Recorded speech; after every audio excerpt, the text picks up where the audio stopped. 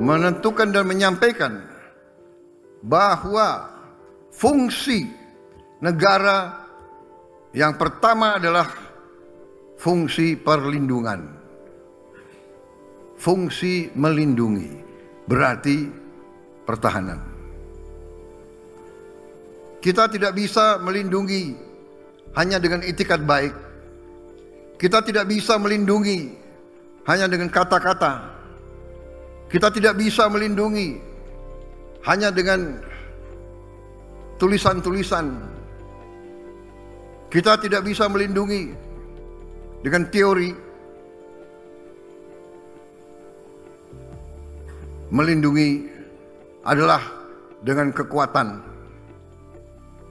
Kalau sebuah negara ingin merdeka sesungguhnya, sebuah negara ingin sejahtera,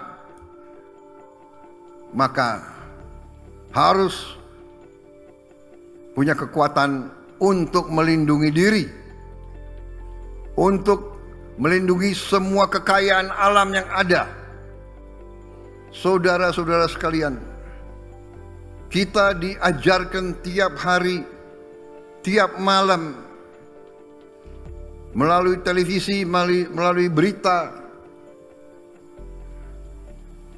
negara-negara yang begitu makmur, begitu kuat, begitu kaya, diinvasi,